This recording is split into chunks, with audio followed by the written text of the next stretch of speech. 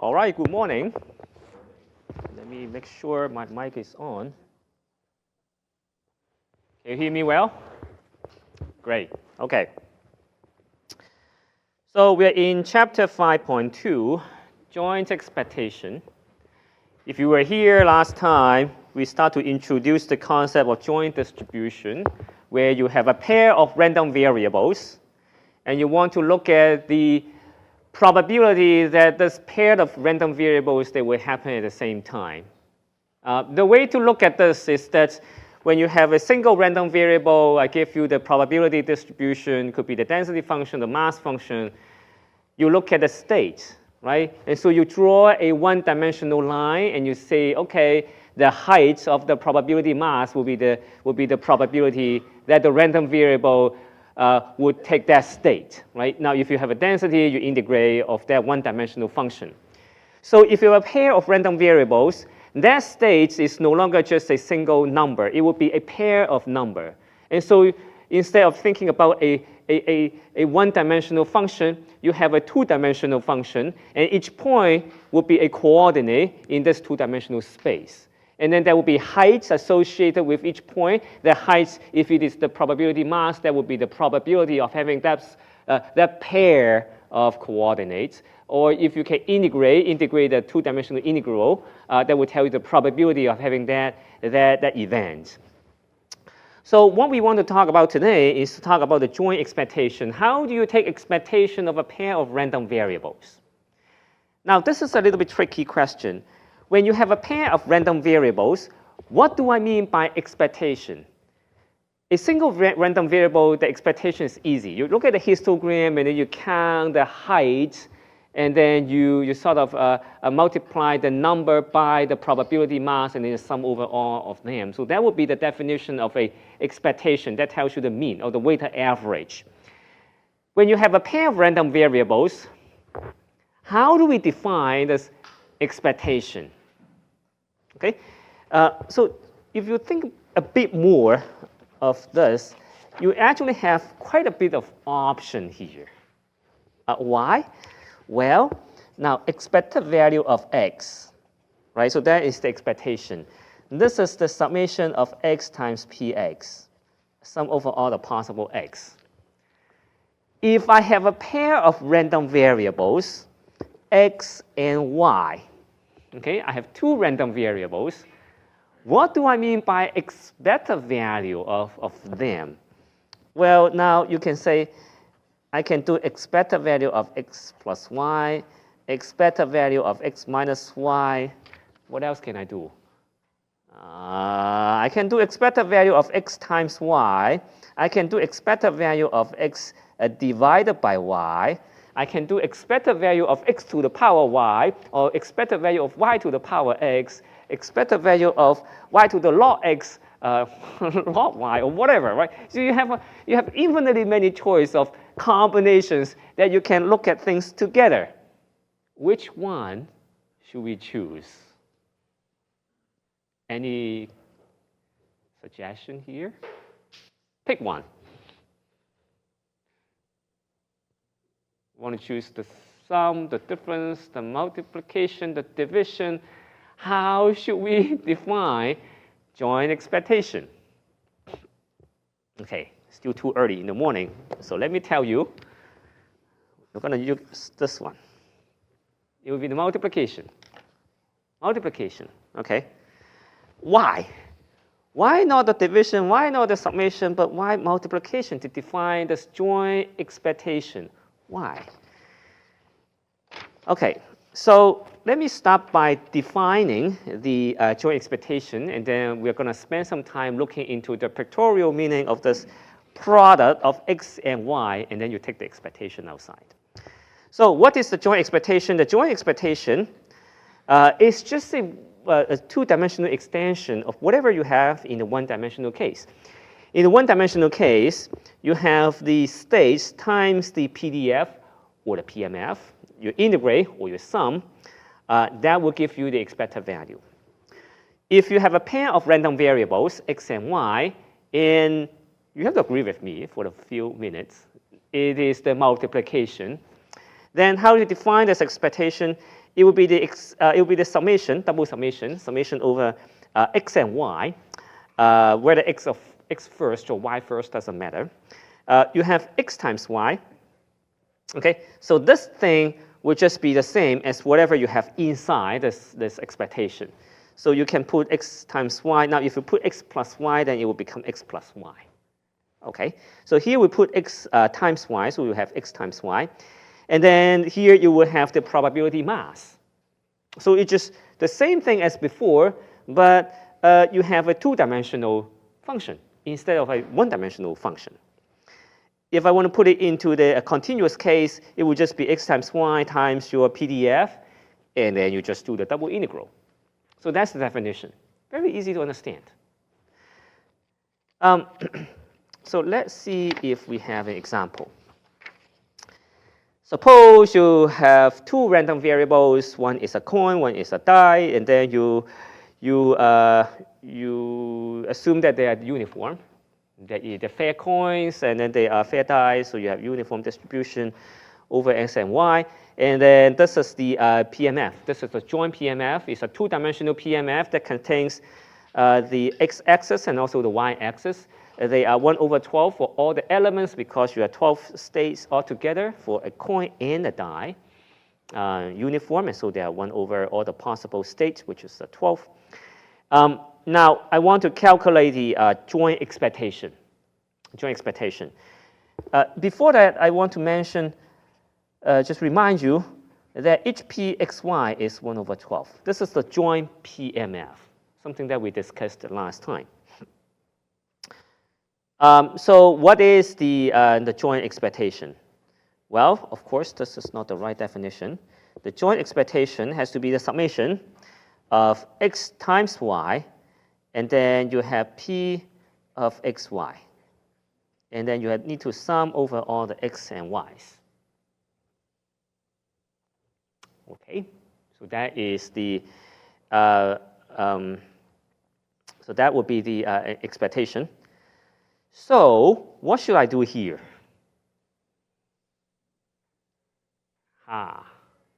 It's not too hard. It's just a little bit tedious. Let me show you how tedious it is. Well, you need to have x and y, and then you need to calculate this probability. So what is x? Well, you need to go to this table. It will be x being 0, y being 1, times p of 0 and 1,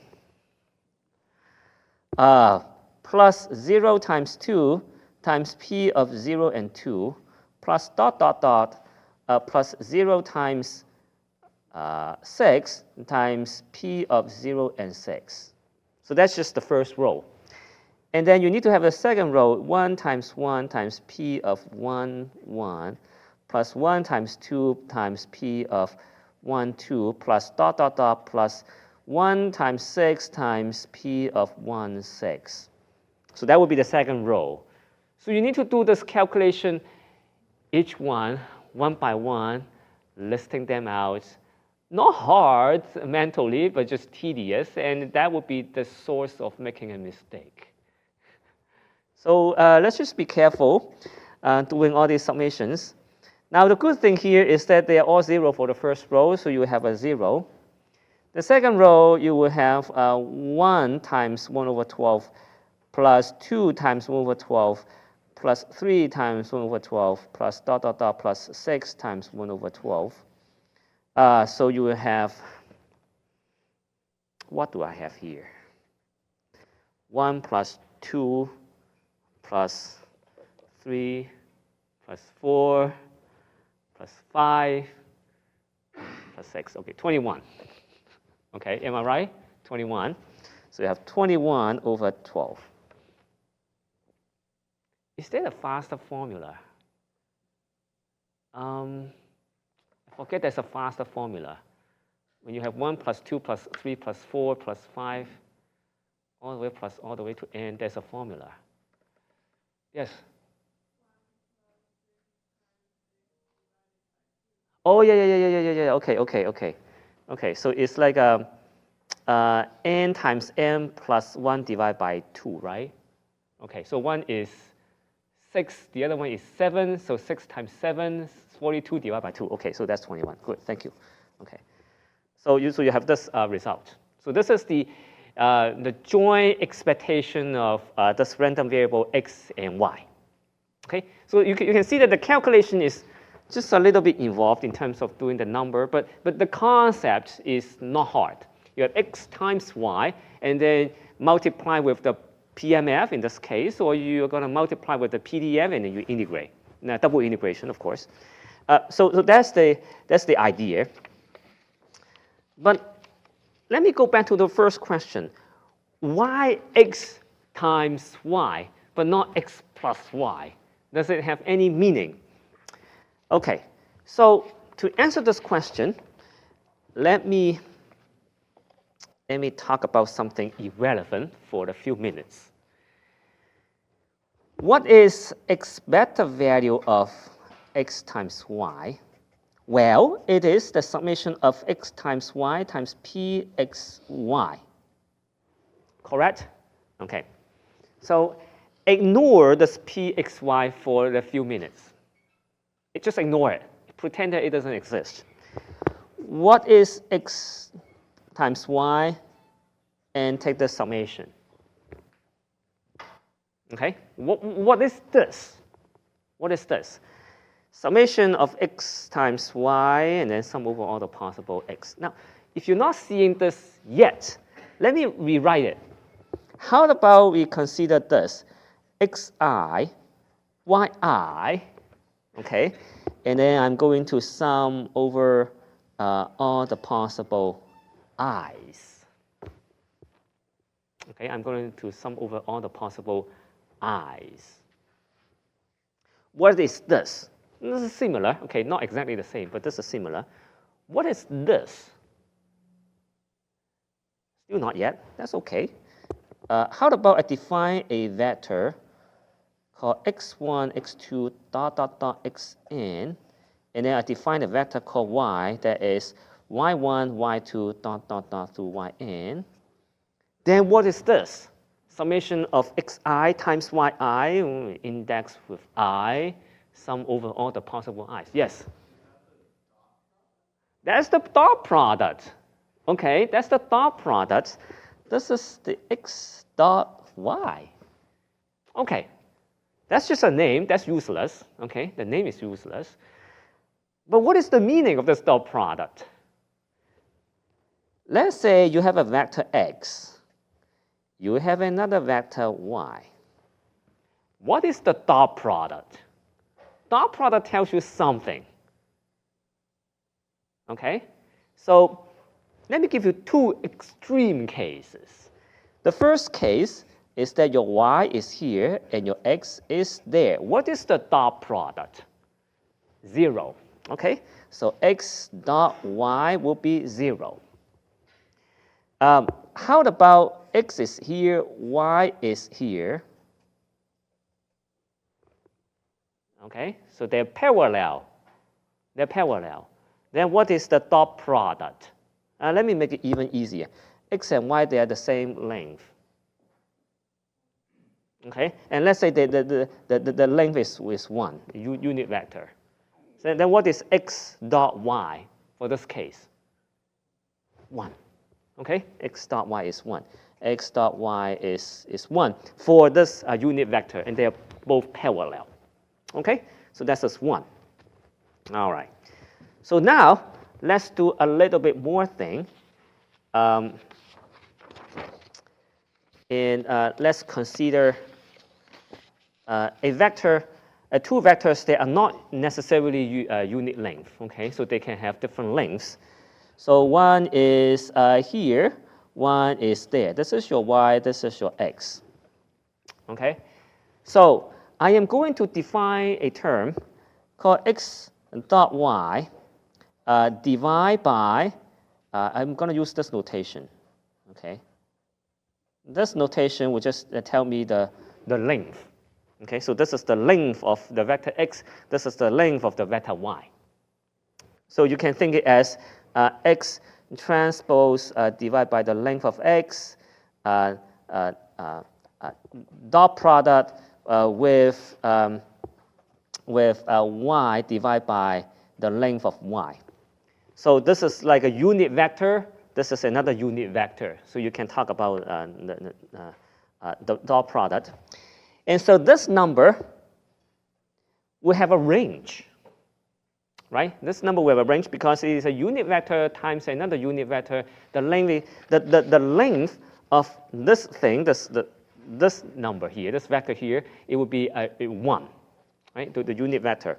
And so there will be a range for this dot product. The range can be, it cannot go beyond 1 because they're unit vectors, so the biggest one will be 1. So it's upper bounded by 1. And then how about the smallest? 0? But you can have two vectors that are opposite to each other. That's not going to give you +1. It's going to give you -1, right? So you have -1. Thus, does it look familiar? Some number is between -1 and 1. Okay, do you recall this? This is a what? This is a cosine function, right? This is a cosine function. This cosine function is between 1 and -1. So this number looks like that, and in fact, you can define an angle theta here. You can say this is the cosine theta. It is the angle between these two vectors, and then this is the inner product, and the inner product will be normalized so that they have a unit length. And so the cosine angle, this cosine angle will be 1 if they are parallel, pointing to the same direction, and it will be -1. They're pointing to opposite direction, but they're also parallel, or they can be 0 if they are perpendicular to each other. Right? So that is the meaning of this dot product, which if you go back a little bit, you will see that it is just this. Go back here, it's just this. It's just this, without the P. Okay. So you may wonder, then what does it mean? Well, why do we want to define the joint expectation as a product? Because we want to measure the similarity of these two vectors. You have random variable A, you have random variable B. We want to see how similar are they. If they're perpendicular, then we say that they are not related to each other. If they are parallel, then we say that they're highly correlated. So this product thing will tell you something about the correlation between the two random variables. And that's why we're defining the product. If you define it into the summation, it doesn't tell you this piece of information. So let's go into the details a little bit, and then we can come back to this picture again. So what is x times y, and then you put the expectation outside? Well, it is just this. It's just this. How do we visualize this double summation with so many terms here? I'm going to define a very ugly creature. Very ugly creature, okay? It's not too difficult to understand, but it's just ugly. So I'm going to define a PMF, probability mass function. A probability mass function, of course, is a one-dimensional thing. But when you have a joint distribution, the PMF will be a two-dimensional function. Okay, it will be a two-dimensional function. Now, how do I represent a two-dimensional function? Lookup table, an array of numbers, just like this. Okay. Now, if you like this, you should like this. It's just a very ugly representation of that. Right? You have an array of numbers. In an array of numbers, what are they? You have x on the first axis. You have y on the second axis. So this is y. This is x. Just an array of numbers. They look ugly, but it's okay because they're just x1, x2, x through xn, y1, y2 through yn. And of course, the length of the length of y, of course, has to be the same as the length of x. Otherwise, you cannot take the so-called inner product. Okay, so you can do that. So now, in general, when you talk about cases like that, okay, when you have a general distribution, you have x and y, the length of y and then the length of x can be different. Just because for the sake of our discussion, so that we can talk about this inner product thing, I assume that to be the same. Okay, just keep in mind that it doesn't need to be the n for the y and then the n for the x. They don't have to be the same. So you can have a fat matrix. That's okay. Okay. Anyway, so here I'm assuming a square matrix. So in this square matrix, you have a just have n by n numbers. That's all. Okay. So that's just a matrix. So what is it? Well, if you take the inner product, of this x and y, you take the expectation, joint expectation x and y, you can write it as this inner product. You have this row vector of x1 through xn, and then you have this y1 through yn. And then in between you have a matrix. There's a matrix. So it is not called the simple inner product. We call it the weighted inner product. If you recall many lectures ago, it looks like a century ago, we defined this thing. You have this X transpose WY. If your W matrix is an identity matrix, then you just have X transpose Y, right? Here we are defining another matrix, put it into the middle. We call it the weight matrix. Here you will have this P matrix. So what is the role of this P matrix? Well, let's just do the calculation a bit, okay? And let's see what do we get out from this this dot product. So here you have x1, which is a vector, right? x1, x2 through xn, and then you have matrix, and you have y1 through yn. What is this product? Well, this product, if you calculate, it will just be x1, x2 through xn. And then here, you will have a vector, but you multiply with a matrix. The output of this operation, it will just become another vector. Okay? It will be another vector. It will be this number times this number plus this number times that number, all the way to the last number times the last number. So it will be P of, I just write 1, 1, and then y1, plus P of 1, 2 times y2 plus dot, dot, dot, plus P of 1n times yn. So that will just be one number. It's very long, but it's just a number. And then you repeat this thing again. The last one, you have P of n1 of y1 plus P of n2 of y2 plus all the way to P of nn of yn. And then you do this inner product again. Then you will just recover the thing. You will have a summation of xi, yi, and then P of xi, yi, j. Okay? And just sum over all the possible I and j's. Okay? All right. So this is the joint expectation. The joint expectation. It turns out that you can write it in terms of this matrix form. Okay? Now, of course, let me comment that in practice you don't have to do any of these. This is just for the sake of explaining to you what is going on. Why do we want to use the product? In practice, you do a joint expectation in MATLAB or Python, just dot product it. Okay, life is very easy in computer. Perhaps that's why people like computer science nowadays. Maybe. Okay. All right. So what is this X transpose PY? Well, it is the cosine angle. Okay, it is the cosine angle. The cosine angle, you have two vectors, is defined as this. As the x transpose y divided by x and the y, we call it the norm, which is the length of the vector.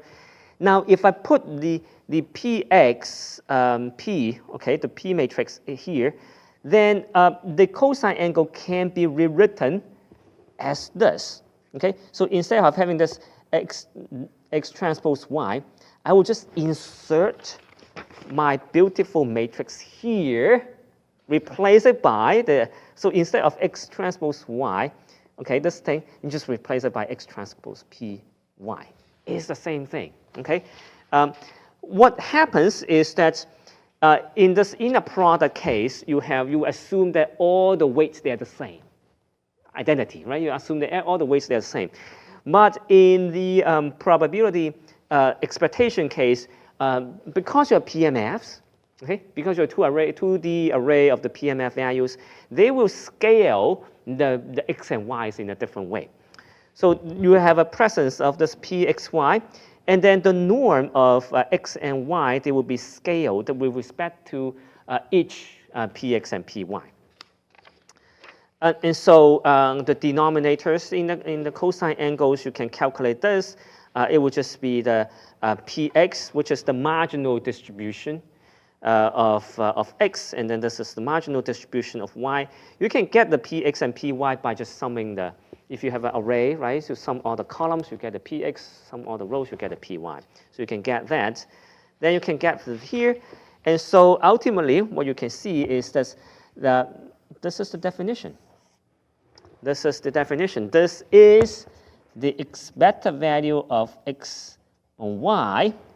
And then there is also a normalization. This normalization is the expected value of x squared and then the expected value of y squared. If your x and y, they have the unisecond movement, then you can ignore them. So that will recover you the expectation. So all these discussions here, why do I want to mention it?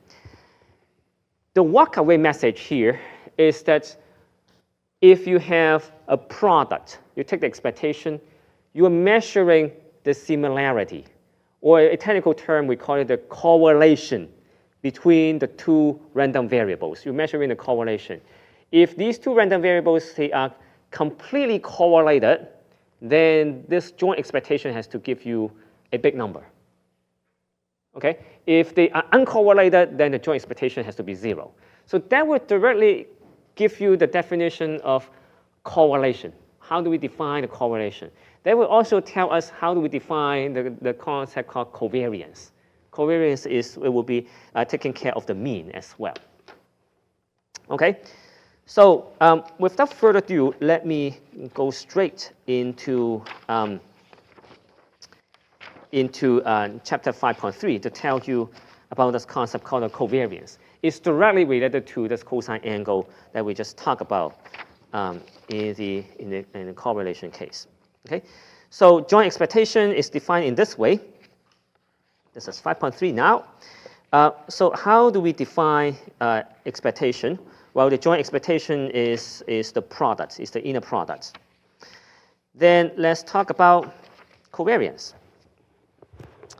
So now imagine that you have two random variables, x and y, and they have their own mean, mu x and mu y. I can define the term called the covariance of x and y to be the joint expectation of x minus mu x and y minus mu y. That is not too hard to understand if you put x to be the same as y. If you let x to be the same as y, then you will have expected value of x minus mu x. Now you replace the y by x, you have x minus mu x again. So then you have a square. The square will give you the variance. Expected value of, so this is the expected value of x minus mu square. That is just the variance of x. So you have a covariance measuring the variance between x and y, so it's like a cross term.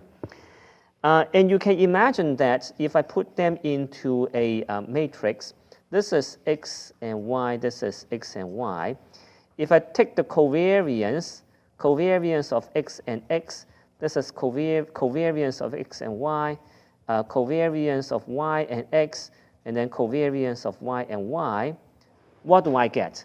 Well, then this matrix, this 2 by 2 matrix, will give me the variance of x, and then the covariance of x and y.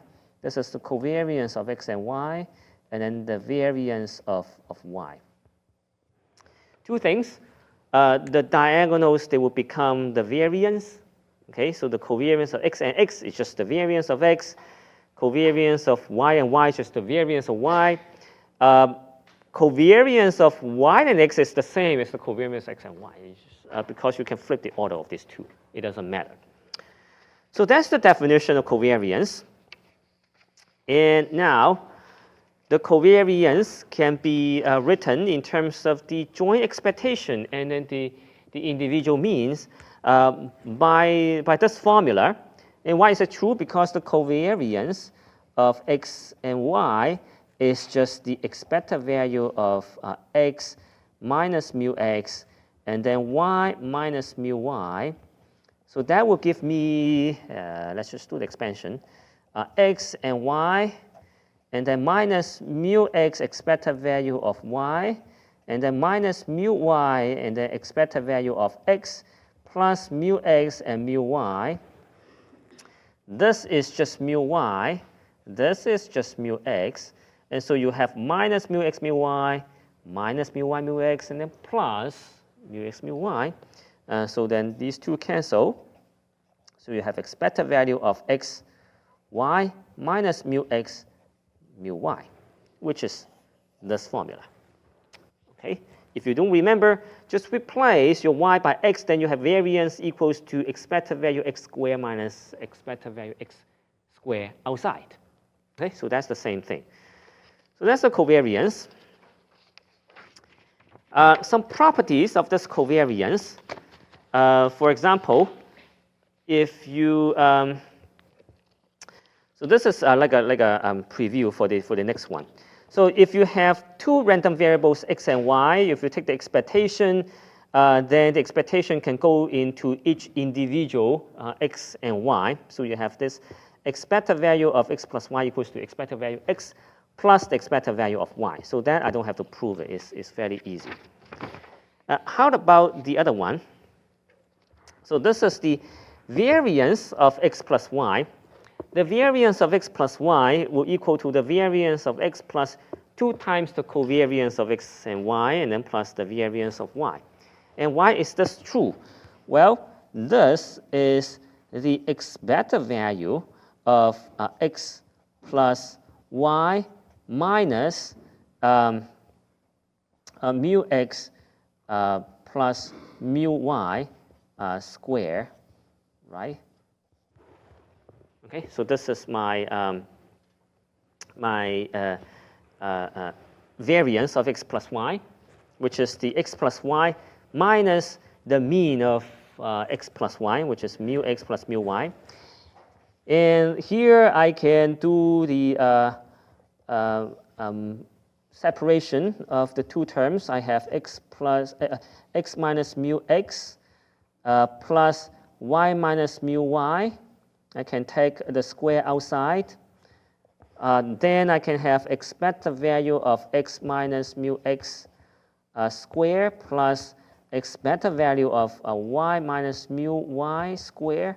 And then I have plus the 2 times the expected value of x minus mu x and then y minus mu y. Then this term is just the variance of x. This term is just the variance of y. And this term is 2 times the covariance of x and y by definition. Right? So you have variance of x plus y equals to the variance of x, variance of y, and 2 times the covariance of x and y. If you don't want to do this, you want to use the proof here, this is also okay. You start with the definition of variance, you chop it into the second moment minus the first moment square, and then you follow all the TDS proof, and then put a dot here, and then just smile. Okay, so that's the derivation of this result. So you can use it. I want to spend more time on this thing. It's called the correlation coefficient. Okay, correlation coefficient. The correlation coefficient tells you how correlated are two variables. How correlated are two random variables. You have random variable x and random variable y. The correlation coefficient is defined as a ratio. The ratio of the covariance of x and y divided by the variance of x and the variance of y. Okay, let's look at some properties of this covariance correlation coefficient. The correlation coefficient is bounded between -1 and 1, just like what we did for the inner product, the cosine angle. Okay, but it's not exactly the cosine angle. We'll talk about that. So for this correlation coefficient, it's bounded between -1 and 1. And when will you have 1? Correlation. When will you have 1? When will rho equals to 1?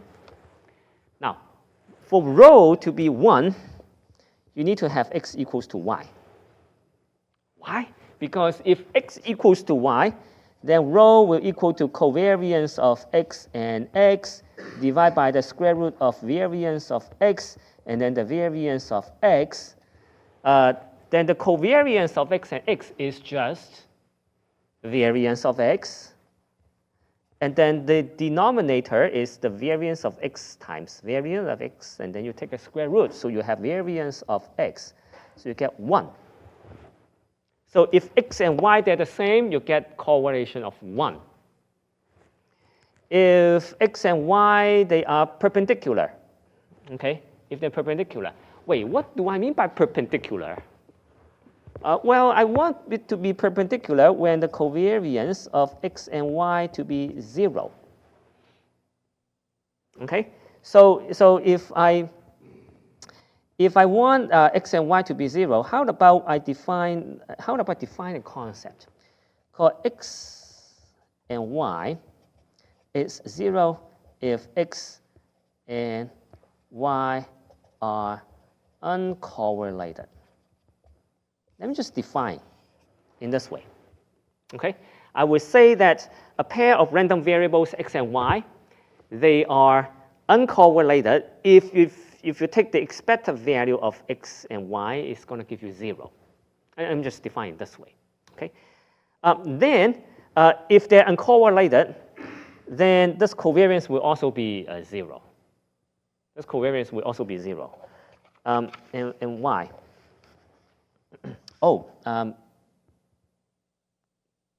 No, I think if they're uncorrelated, it should be expected value of x, expected value of y. Sorry about that. Okay. Long time haven't done this. Okay. So x and y, they're uncorrelated when your expected value can be factorized. Okay, when you can factorize them. Wait, I think I'm making a mistake. Let me see if I have any cheat sheet here. It has really been a long time. Okay, this is independent. I think I was originally right.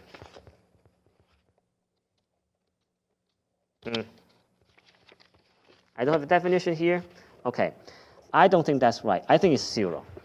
Okay, I'll double check with you. It's been too long that I do this.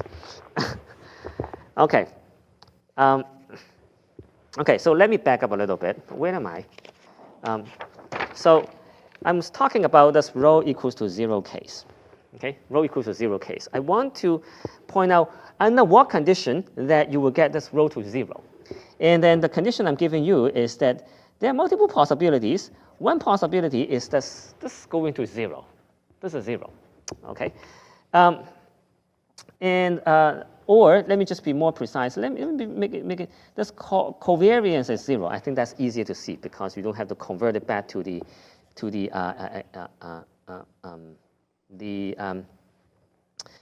correlation. So you can say that this is 0 when the covariance of x and y is 0. And if covariance of x and y is 0, then clearly this is 0. Now covariance of x and y is 0, so that means your expected value of x and y minus the expected value of x times the expected value of y, it is 0. So that means this is equal. Okay? So in other words, you have this joint expectation. You can just write them as the product, and that will work. If there's 0 mean random variables, then this is enough to say that, so if expected value of x and equals to expected value of y equals to 0, then the covariance of x and y equals to the expected value of x and y. And if this is 0, then that means your correlation is also 0. Okay? So 0 means that they don't have any interaction. And then if you have rho equals to -1, when will this happen? Well, you have x equals to -y. So that will also give you the -1 case. So let me skip this page for a moment. I want to show you a picture first, which is here. I want to talk about this picture, and then I want to go back and talk about the independence. So this is a very practical thing. This is a very practical thing. This is a data set that, of course, I generate on computer. How do I generate it? It's very easy. You go to Python or MATLAB, and then you call a two-dimensional Gaussian distribution. You specify the I have a trick. Okay, you specify the covariance matrix, and then you can rotate the matrix by specifying the off-diagonal numbers. I can talk about that later. Okay, so you can do that, and then you can offset the mean and so on. So you can move around the data points. So you draw the sample. And I give you this data set. I ask, hey, how are the random variables x and y, or x-axis and y-axis, how correlated are they? Now, by looking at these three pictures, pretend that you haven't looked at the numbers. Okay, no need to pretend. You haven't seen the numbers, right? So, which one of these three, the x and then the y, they're more correlated? Which one? This one, or that one? The yellow, orange, or green? Green. Why is green a plot showing two random variables? They are more correlated. Yes? The slope doesn't need to be 1. Okay, it doesn't need to be 1, but you have a trend. Okay, so give me two variables. One is how about this is GPA, and this one give me another random variable that can be correlated. The time you study. Okay, how about that? Although this is not always true. Okay, so time you spend on studying a course, and then the GPA on this line, okay? So what does it mean? If you have a plot like this, scatter plot, you spend more time, you're more likely to get a higher GPA. Make sense? Okay, so if I give you a data set that contains two variables, the BMI and the health index, okay? You have a better BMI, you have a better health index, something like that. Okay, so you have one observation. If you see one variable, it's very likely that you can tell the occurrence of the other variable. Then you say that the two are correlated. Right, so that makes sense. Now, if you go to this case, you look at one variable. There's really no way that you can say about the other variable, because let's say you're here, you're at 5. You can get a point here, or you can get a point there. Okay? By knowing one value, you have no way of telling what would be the other value. So this is uncorrelated. So if you see a distribution, if you want to run the computer program, you want to tell whether they're correlated or not, you can calculate this correlation coefficient. You can calculate that because you have samples here, you have samples there. Now, how do we do this on computer? Computer doesn't know how to do expectation. Computer doesn't know how to do the expected value of x. Computer doesn't know how to do the variance of x. Computer doesn't know how to do x times y, right? So how does computer do? Well, computer of course doesn't know the theory, but computer knows how to do numerical computation. That's something computer can do. So whenever you see the expectation on computer, you replace it by this 1 over n times the summation of whatever. Okay, so what is it? So expected value of x is mean, right? Now, it is best approximated by summation n going from 1 to n of xn. This expected value, that's the true mean. This is the numerical mean. That's the data coming from the data. So whenever you see the expectation, you replace it by the summation of xn. So this is how you calculate it. Mu x replaced by this x bar. I call it this as x bar. Okay? Mu y approximated by mu bar. The variance, right? Variance, I have the sum over the xn minus x bar square divided by 1 over n, take square root. Variance of y is the same. Expected value of x times y, so you have x times y, sum over xn, yn, and then divided by 1 over n. Okay? So this is how you can calculate this on computer. Now, of course, in MATLAB and Python, you have built-in commands to do this correlation coefficient. You can just type it. But if you don't like it, you can type this thing there. You can still return you the correlation coefficient. This is the estimated value. And then that is going to give you 3 numbers. This is close to 1. This is 0.5. This is close to 0. And you say that, okay, these two are uncorrelated. All right, so this is how you can make good use of this correlation coefficient. And now I can come back and talk about this concept called independence. Okay, so 2 random variables, x and y, they are independent. If they're independent, then the expected value of x and y will equal to the expected value of x times the expected value of y. So you say that they are independent. Now I'm pretty sure that if x times y equals to 0, then you say that they are uncorrelated. Okay? If x times y, you take the expectation equals to x expected value of x times expected value of y, then you say that they are independent. Okay? So uncorrelated and independent, they are 2 different things. Now, how do we prove it? Well, just plug in the definition. If they are independent, then the key step is that the joint expectation, the joint distribution can be written as a product of 2 probability mass functions. Okay, so that is the reason why you can separate them. A property, consider these 2 statements. X and y are independent and covariance equals to 0. A will give you B. Okay, so this is okay. B doesn't give you A. Okay, so if x and y, they're independent, why? Because if they're independent, the expected value of x times y will equal to the expected value of x times the expected value of y. Then if you take the difference, this is defined as the covariance of x and y.